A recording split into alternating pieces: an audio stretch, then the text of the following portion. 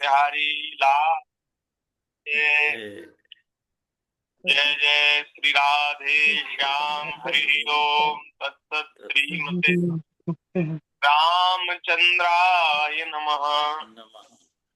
ओम नमः परमहंसा स्वादित चरण कमल चिन्मकरंदाय भक्तजन मानस निवासाय श्री रामचंद्राय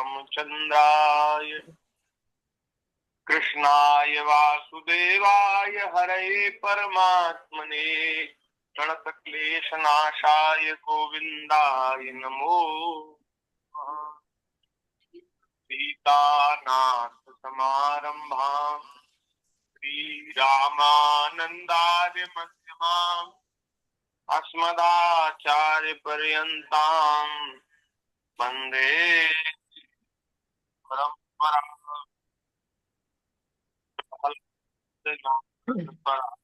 पुंडरीक व्यासाम्बरीश शुकशौनक भीष्मदाल्भ्यान् रुक्माङ्गदार्जुन वशिष्ठ विभीषणादीन् पुण्यात्मान् परम भागवतान् नमामि।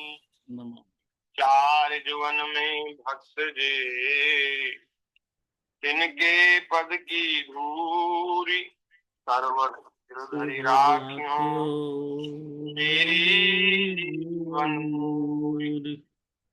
भक्त भक्ति भगवंत गुरु चतुर नाम वपु एक इनके पद वंदन किए नाशे विघ्न पूरे। राम जय राम जय जय राम श्री राम जय राम जय जय राम श्री राम जय राम जय जय राम श्री राम जय राम जय जय राम श्री राम जय राम जय जय राम श्री राम जय राम जय जय राम श्री राम जय राम जय जय राम श्री राम जय राम जय जय राम सीता सीता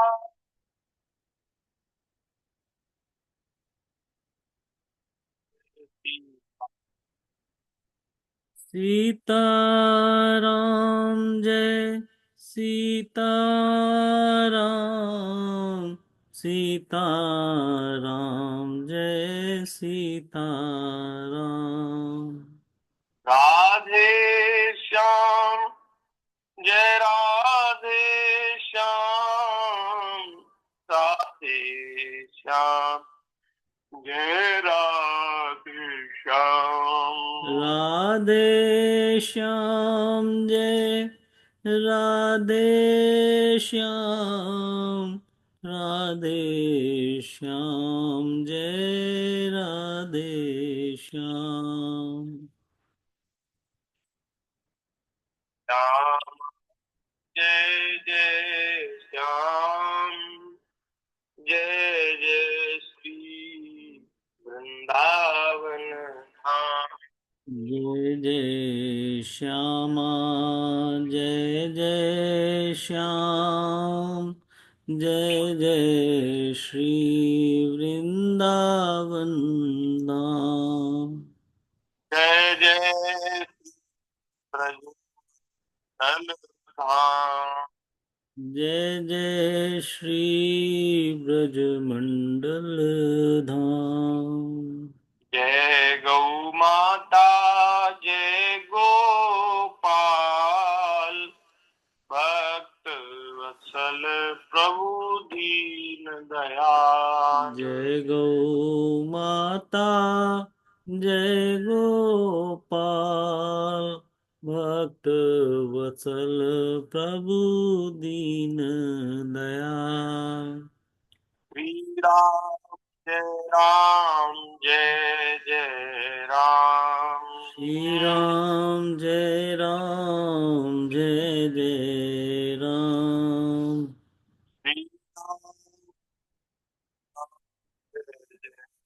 राम। श्री राम जय राम जय जय राम।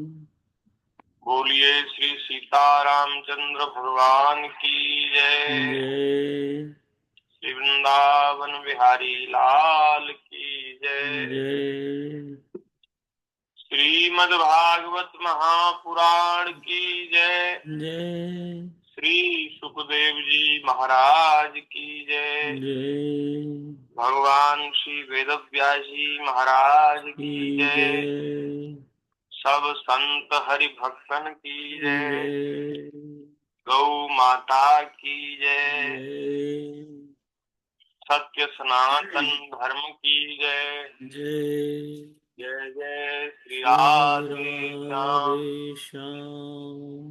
जय जय श्री सीताराम। हर हर महादेव। महादेव। नारायण हरि शरणम। भक्त वांछा कल्पतरु। भक्त वत्सल शरणागत वत्सल। दीन बंधु दया सिंधु। असंख्येय कल्याण गुणगण निलय अकारण करुणा वरुणालय। सच्चिदानंद घन मूर्ति आनंद कंद भगवान श्री राधा ब्रजेंद्र नंदन प्रभु की महती कृपा करुणा से असीम अपार अनंत कृपा और करुणा से हम सभी को श्रीमद् भागवत जी की मंगलमयी रसमयी कथा कहने और सुनने का परम दुर्लभ अवसर प्राप्त हो रहा है। हम सब लोग बड़े भाग्यशाली हैं जो अपने अपने घरों में बैठ कर के इस दुर्लभ कथा का रसपान कर रहे हैं और अपने समय को सार्थक कर रहे हैं, अपने जीवन को धन्य बना रहे हैं। श्रीमद् भागवत जी में दसम स्कंद में हम लोगों ने कल 73वें अध्याय की चर्चा करी थी। उसमें श्री नारद जी महाराज भगवान की ग्रहचर्या देखने आए। तो अब आगे भगवान की कृपा से हम 70वें अध्याय को आज भगवान की कृपा से श्रवण करेंगे। आप सब लोग बड़े सावधान होकर के श्रवण करिए। श्री सुखदेव जी महाराज कह रहे हैं, अथो षष्ठोपवृत्तायाम कुक्कुटेवन कूजतो शपन गृहीत कंठय पतिभिः बाधव्यो विरहातुराः।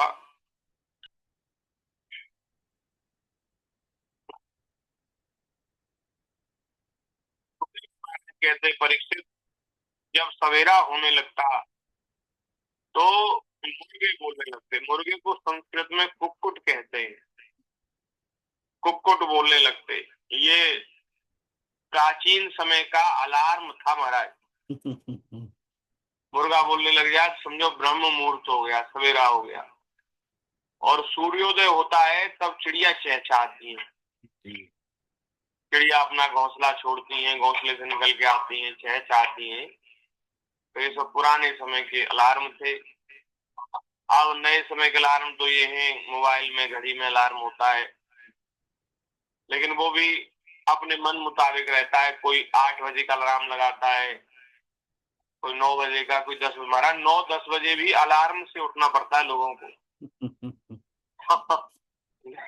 नहीं तो 4 बजे 5 बजे के लिए तो चलो अलार्म की जरूरत है। तो 4-5 बजे तो प्राकृतिक अलार्म भगवान ने बनाए, लेकिन 9 बजे 10 बजे तो कोई जगने का समय नहीं है। इसलिए अब लोग ने अपनी सुविधा के अनुसार हम लोगों ने अलार्म निर्मित कर लिए। तो मुर्गा बोलने लगते, सवेरा होता तो भगवान श्री कृष्ण ब्रह्म मुहूर्त में ही सैया का त्याग कर देते और अपना नित्य नियम करने के लिए ठाकुर जी अपने आसन का त्याग करते। उस समय पारिजात की सुगंध से सुवासित भीनी भीनी वायु बहने लगती, क्योंकि द्वारिका में जो उपवन में उसमें पारिजात के वृक्ष लगे हैं, उसकी सुगंध महाराज चारों तरफ फैल जाती। सवेरे सवेरे जो है ब्रह्म मुहूर्त में और सूर्योदय के समय जाते हैं, खुश हो जाते हैं। और उस समय उनमें से दिव्य सुगंध निकलती है। भौरे तारक स्वर से अपने संगीत की चट्टान छेड़ देते, पक्षियों की नींद उचट जाती और वे बंदी जनों की भांति भगवान श्री कृष्ण को जगाने के लिए मधुर स्वर से कलरव करने लगते। रुक्मिणी जी अपने प्रियतम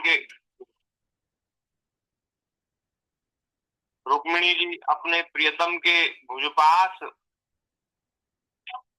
श्री रुक्मिणी जी वे भी जब ठाकुर जी जग जाते तो भगवान की सब रानियां रुक्मिणी जी आदि वे भी ब्रह्म मुहूर्त में ही प्रातः काल भगवान के उठते ही सब उठती और वे भी सब अपने अपने नित्य नियम में लग जाती। और महाराज भगवान श्री कृष्ण हाथ मुंह धो करके सबसे पहले अपने मायातीत आत्म स्वरूप का ध्यान करने लगते। सवेरे कैसे जगना चाहिए, रात्रि को कैसे सोना चाहिए, इसकी भी विधि है शास्त्रीय।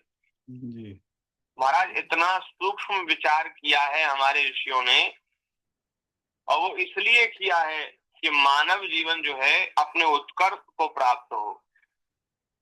हम लोग केवल खाने पीने के लिए और सोने के लिए थोड़ी आए हैं। हम इस शरीर को प्राप्त करके परम पुरुषार्थ की प्राप्ति करें।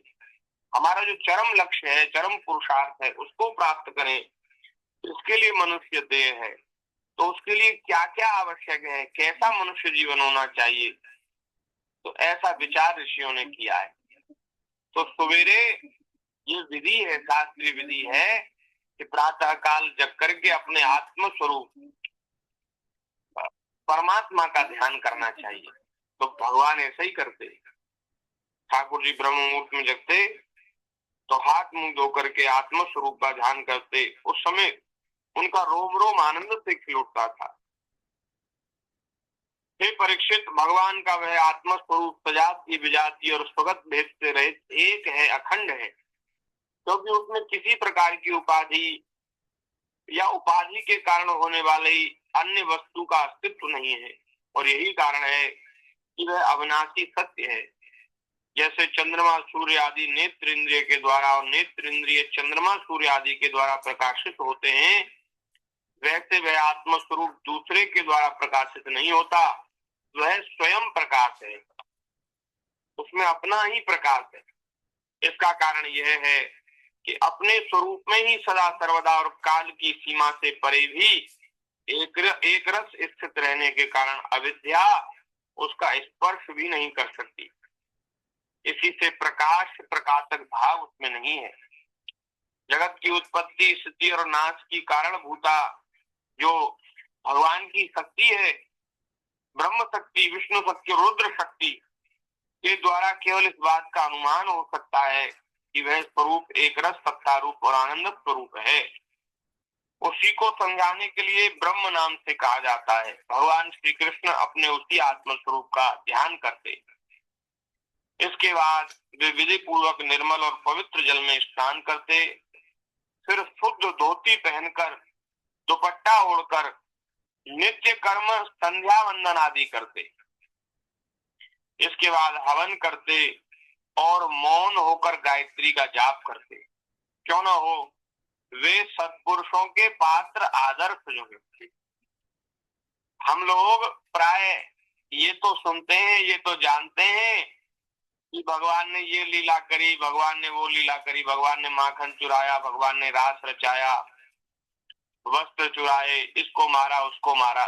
केवल इतना ही नहीं, या भगवान का जो जीवन है, श्री ठाकुर जी का जीवन है, यदि उनको परमात्मा मानो तो फिर उनमें दोष की कल्पना भी नहीं है। कोई दोष की कल्पना भी नहीं, वे तो परमात्मा है, गुण दोष से सर्वथा रहित है, परे है। यदि कोई उन्हें कोई एक अलौकिक पुरुष मान करके भी यदि भगवान को समझना चाहता है, जानना चाहता है, तो भगवान का जीवन कैसा जीवन है, कितना आदर्श जीवन है। पूरा जीवन धर्म की स्थापना के लिए है। अधर्म का स्पर्श भी कहीं नहीं है, अधर्म का स्पर्श नहीं है।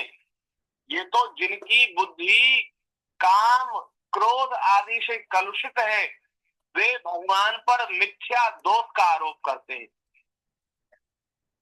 जो स्वयं कलुषित हृदय वाले हैं वे भगवान में दोष लगाते हैं। नहीं तो भगवान का जो जीवन है वो सर्वथा धर्म के अनुरूप है, धर्मानुकूल है। तो भैया ठाकुर जी का जीवन कैसा है आप सुनो ध्यान से। भगवान स्नान करके धोती पहनकर सबसे पहले नित्य कर्म करते हैं, संध्या वंदन आदि करते हैं। इसके बाद हवन करते हैं, मौन होकर गायत्री का जाप करते हैं।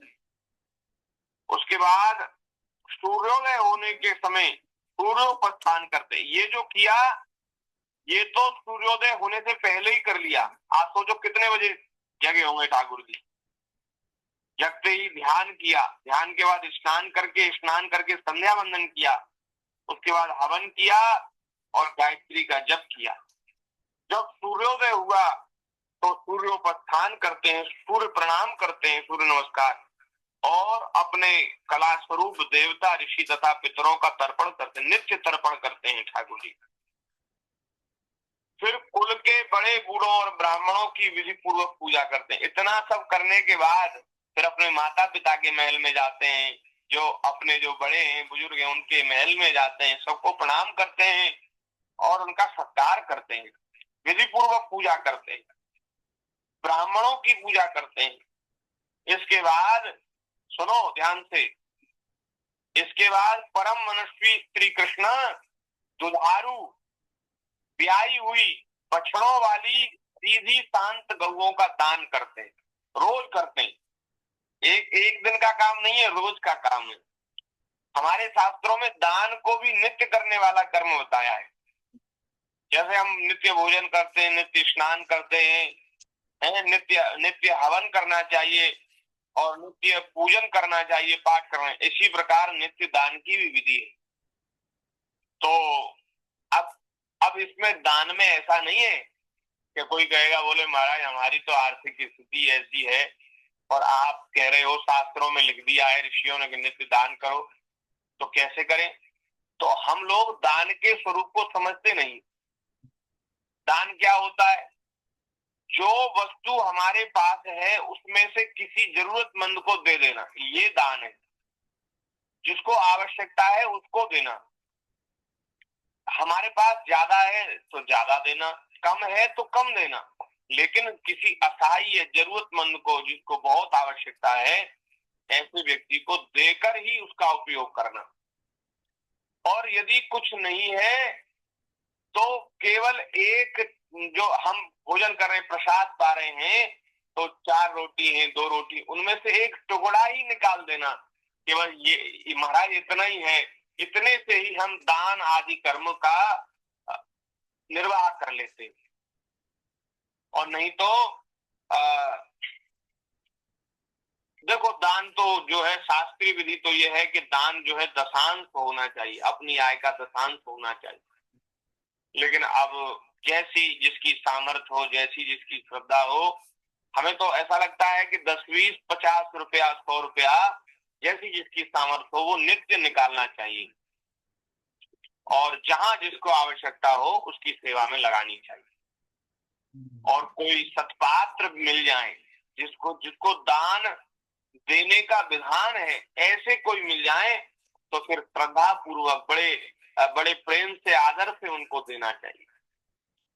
तो भगवान जो है गौदान करते हैं नित्य। उस समय उन्हें सुंदर वस्त्र और मोतियों की माला पहना दी जाती है गैयाओं को, सींग में सोना, खुरों में चांदी मर दी जाती है। वे ब्राह्मणों को वस्त्राभूषणों से सुसज्जित करके रेशमी वस्त्र, मृगचर्म और तिल के साथ प्रतिदिन 13,084 गौएं दान करते हैं। कितनी करते हैं? 13,084। 13,084 गैया रोज दान करते हैं। बन सकता है कोई श्री कृष्ण है? वो लीला सुनी है कि उन्होंने रास लीला रचाई, उन्होंने ये किया, उन्होंने वो किया। अरे भैया, श्री कृष्ण बनना सामान्य बात नहीं है। ये बहुत असाधारण असामान्य बात है। इतना दान करते हैं। अब आप सोचिए, दान करना ठाकुर तो जी के प्रभु, गोष्ठ में, ठाकुर जी की गौशाला में, द्वारकाधीश की गौशाला में कितनी गैया होंगी। दान करना तो अलग ही रहा, भाव भी नहीं आएगा दान कुछ करने का। हाँ दान तो जब करे जब भाव आए, भाव भी हाँ, नहीं आएगा।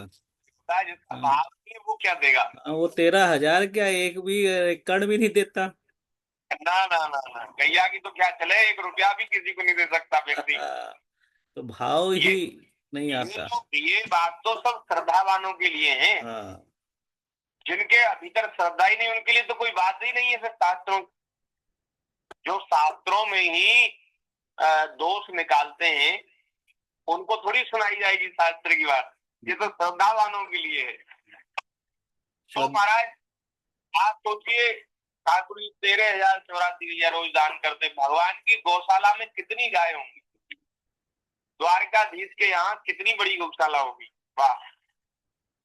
तो इस प्रकार से भगवान दान करते हैं। बोलिए भक्त वत्सल भगवान की जय।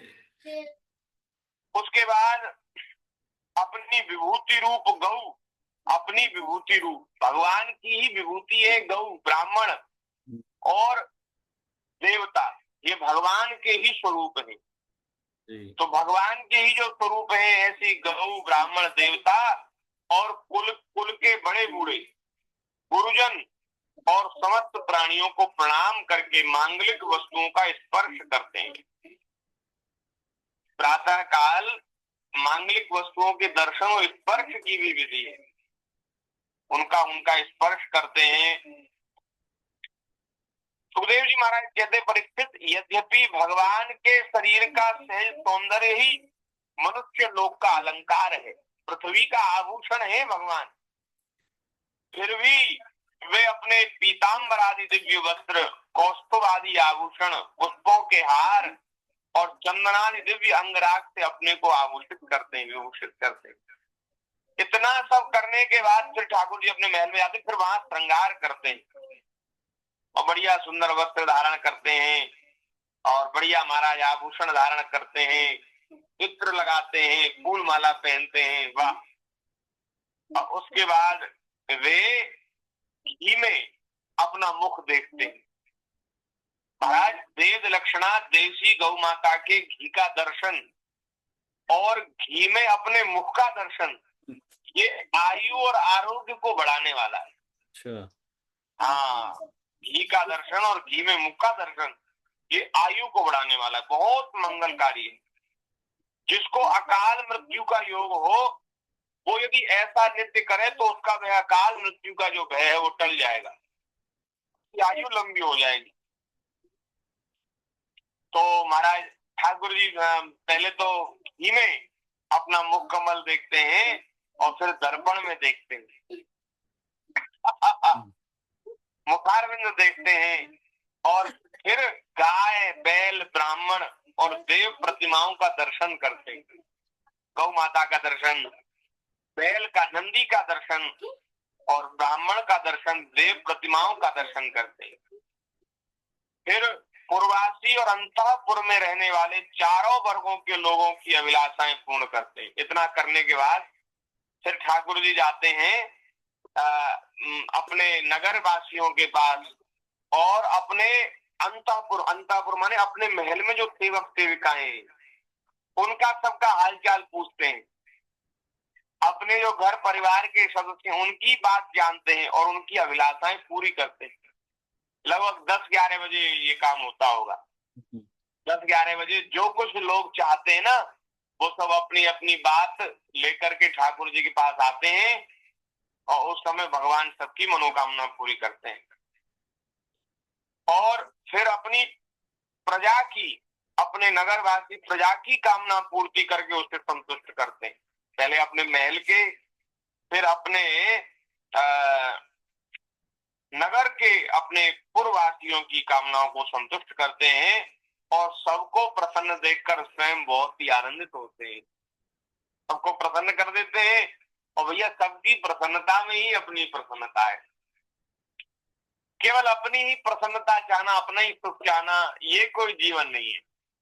इसमें आनंद नहीं है महाराज। आनंद तो तब है जब हमारे द्वारा कोई दूसरे प्राणी प्रसन्न हो। जी। और सबसे देखो, आजकल लोग कहते हैं, बहुत लोग पशु प्रेमी हैं बहुत, और पशुओं पक्षियों की बहुत सेवा करते हैं। अच्छी बात है, सेवा होनी चाहिए, लेकिन पशु पक्षियों से भी ज्यादा सेवा सत्कार मनुष्य की यदि कोई करे तो उसकी ज्यादा महिमा है।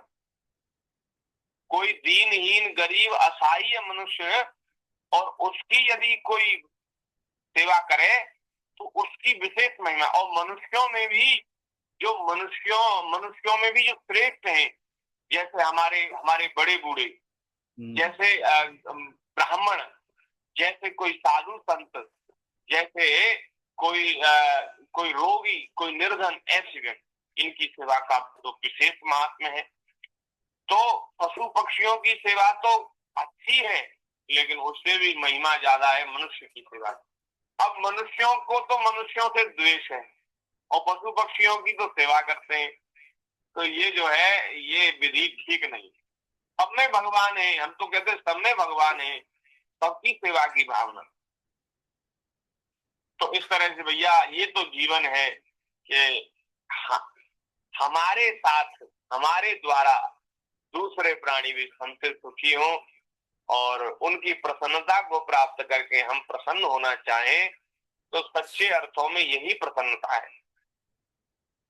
इसके बाद ठाकुर जी पुष्पमाला, तांबूल, चंदन और अंगराग आदि वस्तुएं पहले ब्राह्मणों को अर्पित करते हैं। फिर जो बचता है उनको स्वजन संबंधियों में, मंत्रियों में अर्पित करते हैं और रानियों को बांट देते हैं। और सबके बाद फिर जो बचता है उनको अपने काम में लाते हैं। ये है घर के मुखिया का कर्तव्य। हाँ, पहले सबकी देख रेख, पहले सबकी सेवा, अंत में फिर अपना काम, अपने काम में लेना। भगवान यह सब करते होते हैं, तब तक दारुक नाम का जो सारथी, भगवान का सारथी है दारुक, वो महाराज घोड़ों से, भगवान श्री कृष्ण के जो घोड़े, उनसे जुटा हुआ अत्यंत अद्भुत रथ लेकर आते हैं और प्रणाम करके भगवान के सामने खड़े हो जाते हैं। माने भगवान की अब यात्रा का समय है, तो ठाकुर जी यात्रा करेंगे। फिर सात्यकी और उद्धव जी के साथ, ये भगवान के मित्र और मंत्री हैं दोनों, उद्धव जी और सात्यकी। फिर ठाकुर जी अपने हाथ से सारथी का हाथ पकड़कर रथ पर सवार होते हैं। जैसे हमारे महाराज जी कभी गाड़ी से उतरते हैं, गाड़ी पे चढ़ते हैं, तो अपने सेवक के कंधे पे हाथ रखकर कैसे चलते हैं, ऐसे ही ठाकुर जी चढ़ते हैं, सारथी का हाथ पकड़कर रथ पर चढ़ते हैं। महाराज सारथी भी धन्य हो जाता होगा। और ठीक वैसे ही जैसे भुवन भास्कर भगवान सूर्य उदयाचल पर आरूढ़ होते हैं, जैसे सूर्य भगवान उदयाचल पर स्थित होते हैं, ऐसे ठाकुर जी रथ पर चढ़ जाते हैं। और जब भगवान रथ पर बैठ करके चलने लगते हैं, तो सब रनिवास की स्त्रियां लज्जा और प्रेम से भरी चितवन से उन्हें निहारती हैं और बड़े कष्ट से उनको विदा करती हैं। वे चाहती हैं कि हमारे प्राण प्यारे हमारी आंखों के सामने रहें, लेकिन फिर भी ठाकुर जी को जाना होता है तो बड़े कष्ट से विदा करती हैं। और भगवान मुस्कुराकर उनके चित्त को चुराते हुए महल से निकलते हैं। तदनंतर भगवान श्री कृष्ण समस्त यदुवंशियों के साथ द्वारिका की सुधर्मा नाम की सभा में प्रवेश करते हैं। जो भगवान श्री कृष्ण की सभा है द्वारिका में, उसमें आते हैं। उस सभा की ऐसी महिमा है कि जो लोग उस सभा में बैठते हैं, उन्हें भूख, प्यास, शोक, मोह, जरा, मृत्यु, ये 6 उर्मियां नहीं सताती। उन्हें ना भूख लगती है, ना प्यास लगती है, उन्हें ना शोक होता है, ना मोह होता है। उनकी बुद्धि अन्याय में नहीं जा सकती, अधर्म में नहीं है, क्योंकि वहां मोह नहीं है, वहां किसी बात का दुख नहीं है, वहां बुढ़ापा नहीं है और मृत्यु नहीं है। अगर किसी की मृत्यु होने वाली होगी तो काल जो है वो बाहर सभा के बाहर ही उसकी प्रतीक्षा करेगा, वहां भीतर प्रवेश करके उसको वह उसके ऊपर प्रभाव नहीं जमा सकता। ऐसी उसकी सुधर्मा सभा की महिमा है। वहां भगवान बैठ जाते हैं। और देखो एक और विलक्षण बात लिखिए, भगवान श्री कृष्ण सब रानियों से अलग अलग विदा होकर के 16,108 रूप में अपने महलों से निकलते हैं, जय हो। और जब सुधर्मा सभा में प्रवेश करते हैं तो वहां एक हो जाते हैं। 16,108 वो एक बन जाते हैं और वहां श्रेष्ठ सिंहासन पर विराज जाते हैं। उनकी अंग कांति से दिशाएं प्रकाशित होती रहती हैं। उस समय यदुवंशी वीरों के बीच यदुवंश शिरोमणि भगवान श्री कृष्ण की ऐसी शोभा होती है जैसे आकाश में तारों से घिरे हुए चंद्रदेव शोभायमान हो रहे हों। परीक्षित सभा में विदूषक लोग विभिन्न प्रकार के हास्य विनोद से, अभिनय से और नर्तकियां कलापूर्ण नृत्यों से अलग अलग अपनी टोलियों के साथ भगवान की सेवा करती। उस समय मृदंग, वीणा, पखावज, बांसुरी, झांझ और शंख बजने लगते हैं और टूट मागत तथा बंदजन नाचते गाते और भगवान की स्तुति करते। कोई कोई व्याख्या कुशल ब्राह्मण वहां बैठकर वेद मंत्रों की व्याख्या करते हैं, शास्त्रों की पुराणों की कथा सुनाते हैं और पहले के पवित्र कीर्ति नरपतियों के चरित्र कहकर के सुनाते हैं। पहले जो श्रेष्ठ कीर्ति वाले जो धर्मात्मा राजा हुए हैं उनका चरित्र कह करके सभा में सुनाते हैं। ये पहले राजा महाराजाओं की सभा में नित्य होने वाली एक विधि थी, एक क्रिया थी कि वहां वेद पुराणों की कथाएं होती थी और वेद पुराणों में जो पूर्व के जो धर्मात्मा राजा हैं उनकी कथाएं होती थी, उनके चरित्रों को सुनाया जाता था। इसकी बड़ी आवश्यकता है महाराज। देखो मनुष्य जो है वो शिक्षा कहां से और कैसे लेता है? किसी को देख करके, किसी को सुन करके ही तो प्रभावित होता है। जैसा व्यक्ति संग करता है वैसे उस पर रंग चढ़ता है, ऐसा कहा जाता है। तो हम लोग अपने व्यवहारिक के जीवन में आदर्श जो चरित्र हैं, जो जीवन में उतारने योग्य चरित्र हैं, ऐसे चरित्रों का हम लोगों को श्रवण करना चाहिए और फिर उनका मनन भी करना चाहिए और उसके जैसा जीवन बनाने का प्रयास करना चाहिए। तो इसकी बहुत आवश्यकता है कि आज हमारी जो देश की जो संसद है वहां भी इतिहास पुराणों की कथाएं हो। जो धर्मात्मा राजा हुए हैं उनके चरित्र सुनाए जाएं, वहां भी व्यास गद्दी लगे महाराज, और वहां भी 2 घंटा 3 घंटा भगवान की कथा हुआ करे। इसकी बड़ी आवश्यकता है। लेकिन महाराज इसको कौन सुने, कौन करे? आजकल तो अधर्मी कलयुगी राजा महाराजाओं का शासन है, वो कहाँ धर्म की और इतिहास की बात सुनते हैं। तो ऐसा होता है। एक दिन की बात है कि द्वारिकापुरी में राजसभा में द्वार पर एक नया मनुष्य आया। द्वारपालों ने भगवान को उसके आने की सूचना देकर उसको सभा भवन में उपस्थित किया। उस व्यक्ति ने भगवान श्री कृष्ण को हाथ जोड़कर नमस्कार किया और उसने कहा कि प्रभु, मैं जरासंध के दिग्विजय के समय उसके द्वारा जो बलपूर्वक कैद कर लिए गए हैं जरासंध के द्वारा, उन राजाओं का संदेश लेकर आया हूं। उन राजाओं की संख्या 20,000 है। 20,000 राजा कैद हैं और जरासंध ने उनको बंदी बना रखा है और वे बड़े दुखी हैं और उन्होंने आपके लिए एक निवेदन भेजा है, आपसे प्रार्थना कर रहे हैं। वे क्या कह रहे हैं? कृष्ण कृष्ण प्रमेयात्मन प्रपन्न भय भंजन वयम त्वाम शरणम यामो भवभीता पथक्तिय। हे सच्चिदानंद स्वरूप श्री कृष्ण, जो आपकी शरण में आ जाता है उसके सारे भय आप नष्ट कर देते हैं। आप प्रपन्न भय भंजन है। प्रपन्न माने शरणागत, शरणागत के भय का भंजन करने वाले हैं, भय को नष्ट करने वाले। प्रभु हम जो है जन्म मृत्यु रूप संसार के चक्कर से भयभीत हैं और भयभीत होकर आपकी शरण में आए हैं। हे प्रभु आप हमारे ऊपर कृपा कीजिए। जय श्री राधे भगवान। काम और निषिद्ध कर्मों में फंसे हुए हैं कि वे आपके बतलाए हुए परम कल्याणकारी कर्म आपकी उपासना से विमुख हो गए हैं और जीवन एवं जीवन संबंधी आशा अभिलाषाओं में भ्रम भटक रहे हैं। परंतु आप बड़े बलवान हैं, आप काल रूप से सदा सर्वदा सावधान रहकर उनकी आशा लता का तुरंत समूल उच्छेद कर डालते हैं।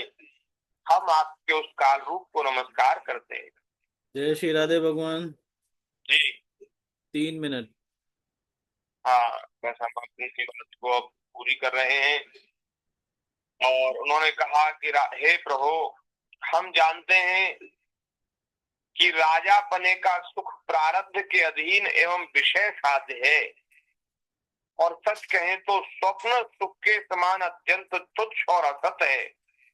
साथ ही उस सुख को भोगने वाला यह शरीर भी एक प्रकार से मुर्दा ही है और इसके पीछे सदा सर्वदा सैकड़ों प्रकार के भय लगे रहते हैं। परंतु हम तो इसी के द्वारा जगत के अनेकों भार ढो रहे हैं और यही कारण है कि हमने अंतःकरण के निष्काम भाव और निसंकल्प स्थिति से प्राप्त होने वाले आत्म सुख का परित्याग कर दिया है। सचमुच हम अत्यंत अज्ञानी हैं और आपकी माया के फंदे में फंसकर क्लेश पर क्लेश भोगते जा रहे हैं। हे प्रभु जरासंध ने हमको कैद कर लिया है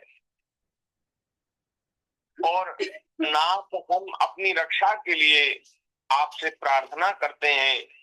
ये तो हमें समझ में आता है कि हमारे जो प्रारब्ध कर्म है, अशुभ कर्म है, वे ही हमें इस रूप में दुख पहुंचा रहे हैं। जरासंध क्या है? बोले ये हमारा बुरा प्रारब्ध ही हमारे सामने आया है और हमको दुख पहुंचा रहा है। और प्रभु क्योंकि जब हम लोग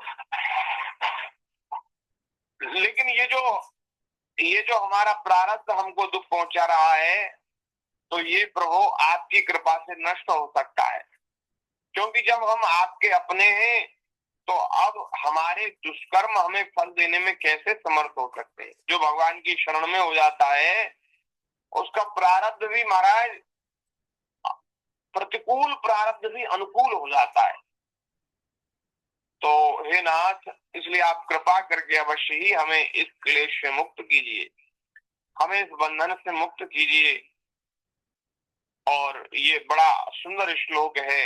वे कह रहे हैं तन्नो भवान प्रणत शोक हरांग्रि युग्मो बद्धान वियुंक्ष मगधा प्रिय कर्म पाशात यो भूभुजो युद्धमतं गजवीर्य मेको विप्रद्रुरोध भवने मृगराडिभावी।